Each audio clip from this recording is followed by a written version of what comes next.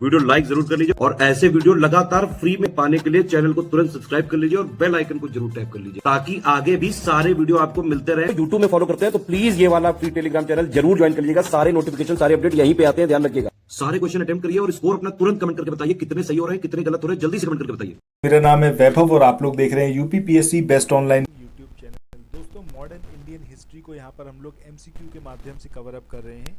वैसे ये जो हमारा हिस्ट्री वाला सीरीज़ है इसमें 3000 से ज़्यादा क्वेश्चंस तो हमने कवर अप करना है। इसमें एंशिएंट इंडियन हिस्ट्री और medieval Indian history already complete हो चुकी है। अभी जो है हम कवर अप कर रहे हैं मॉडर्न इंडियन हिस्ट्री, जो कि बहुत ही ज़्यादा इंटरेस्टिंग है। मतलब आज की डेट में जब आप देखना शुरू करते हो ना, अलग अलग नेताओं के स्टेटमेंट, कुछ बहुत मतलब कुछ भी कहाँ, बहुत सारी पब्लिक ऐसी है जो व्हाट्सएप यूनिवर्सिटी में पढ़ रही है और एक अलग ही तरीके का ज्ञान उनको मिल रहा है।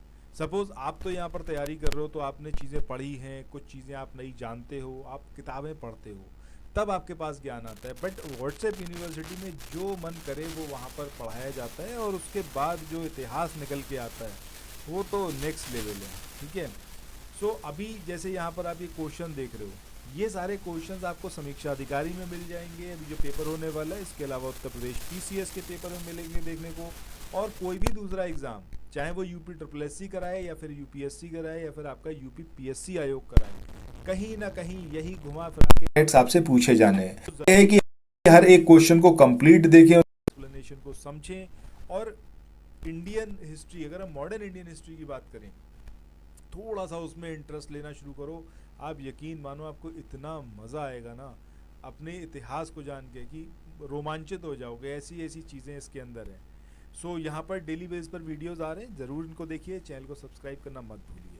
चलो शुरू करते हैं। पहला यहाँ पर क्वेश्चन है कि निम्नलिखित में से कौन भारतीय राष्ट्रीय कांग्रेस का लगातार 6 वर्षों तक अध्यक्ष रहा। अब देखो, 6 वर्षों तक अध्यक्ष रहने का मतलब क्या है? या तो किसी ने उनको हराया ही ना हो, और या फिर ऐसा हुआ हो कि भैया इलेक्शन ही ना हुए हों। सो आंसर हमारा क्या आएगा यहाँ पर? अबुल कलाम आज़ाद या फिर मौलाना आज़ाद। ऑप्शन सी जो है वो यहाँ पर हमारा सही होगा। अब इनके बारे में कुछ इंपॉर्टेंट बातें समझो कि कैसे लगातार 6 सालों तक ये अध्यक्ष रहे। रामगढ़ अधिवेशन हुआ आपका 1940 में, 1940 में रामगढ़ अधिवेशन हुआ, वहाँ पर कांग्रेस के ये अध्यक्ष बने। उसके बाद 1941 से लेके 1945 के बीच में कांग्रेस का कोई भी एनुअल सेशन नहीं हुआ, वार्षिक अधिवेशन नहीं हुआ, तो भैया वहाँ पर अध्यक्ष चुने जाने की भी कोई बात नहीं हुई।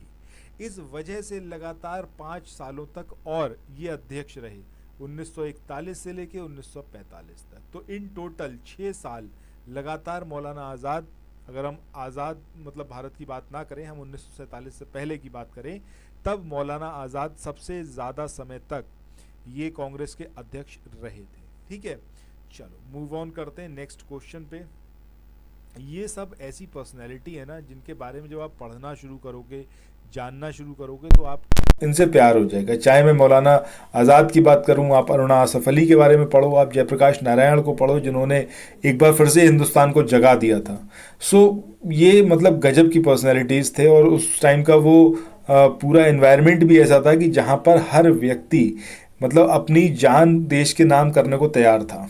बट आज की डेट में उल्टा है। ठीक है, देश तो सेकेंडरी चीज़ है, सबसे पहले अपना जेब भरने की कोशिश यहाँ पर की जाती है।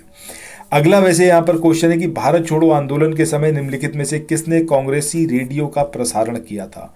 ये अरुणा आसफ अली थी या फिर ये आपका जयप्रकाश नारायण थे, उषा मेहता या फिर उपरोक्त में से कोई नहीं। सो आंसर क्या आएगा यहाँ पर हमारा? उषा मेहता। इनके बारे में पढ़ना, आप बहुत ज़्यादा हिस्ट्री नहीं मिलेगी लेकिन काफ़ी कुछ यहाँ पर आपको जानने को मिलेगा। कैसे महिलाएं, स्पेशली यंग लड़कियाँ, वो देश के लिए कुर्बान होने को तैयार थीं।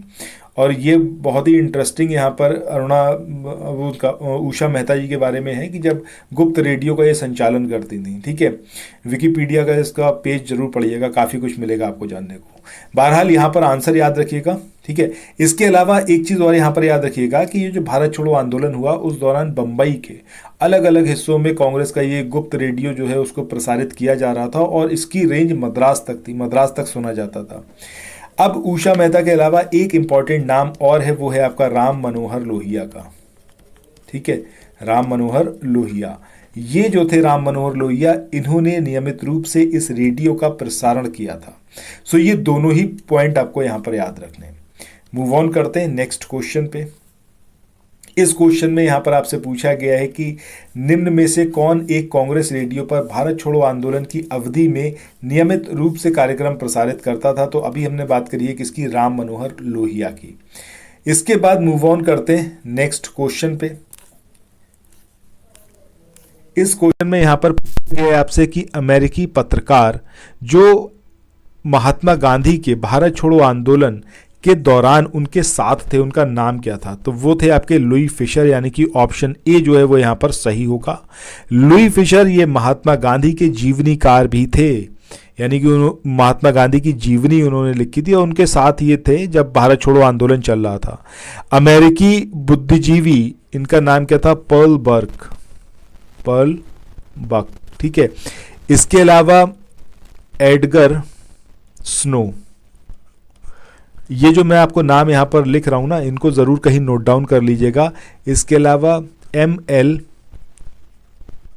सुरमेन, ठीक है।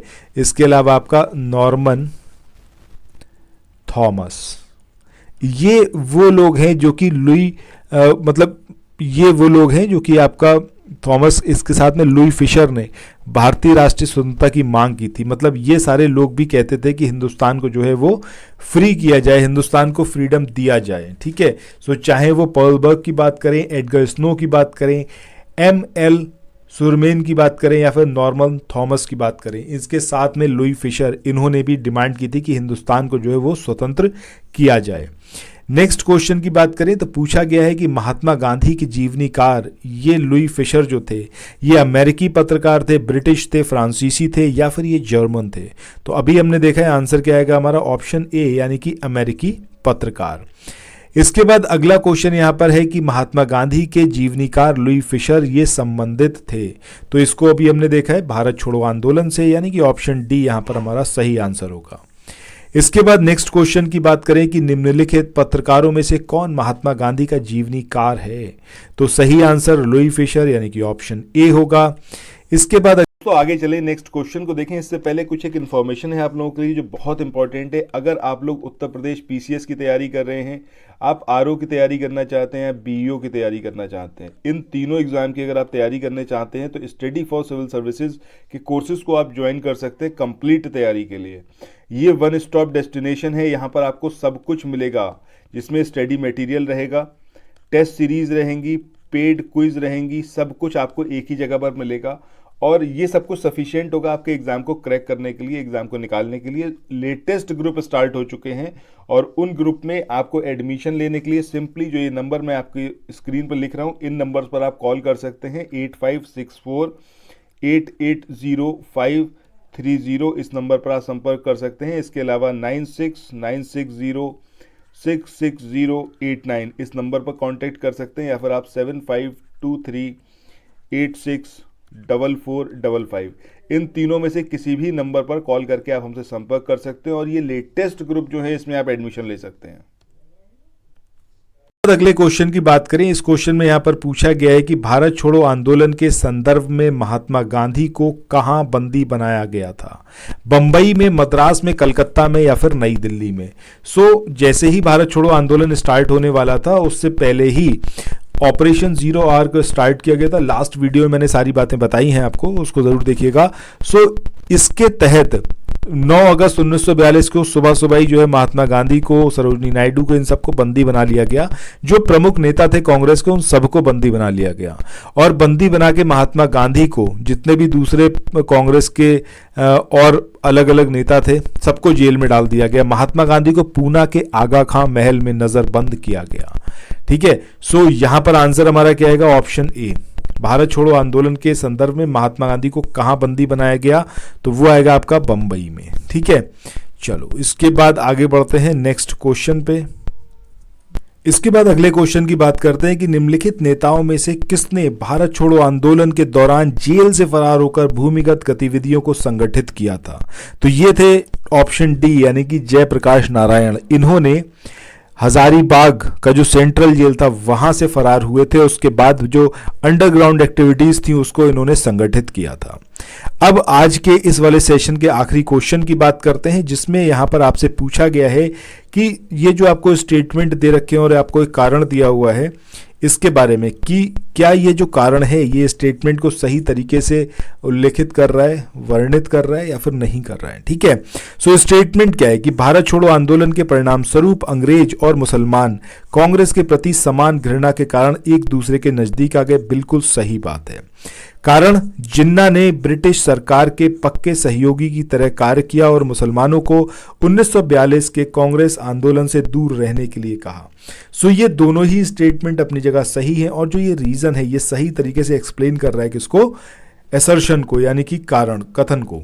सो इस तरीके से आंसर हमारा क्या आएगा, ऑप्शन ए, कि ए और आर दोनों सही हैं और आर ए की सही व्याख्या करता है। सो दोस्तों, इसी के साथ आज के इस वाले सेशन को यहाँ पर एंड करते हैं। आई होप ये वाला वीडियो आप लोगों को पसंद आया होगा। अगर ऐसा है तो चैनल को सब्सक्राइब करना तो बिल्कुल मत भूलिएगा और शेयर ज़रूर कर दिएगा इस वीडियो को अपने सोशल मीडिया प्लेटफॉर्म, चाहे आप व्हाट्सएप यूज़ कर रहे हो, आप फेसबुक यूज़ कर रहे हो, इंस्टाग्राम यूज़ कर रहे हो, जहाँ कहीं भी आप अवेलेबल हैं सोशल मीडिया पर, please share the video. Thank you so much, have a nice day, bye bye.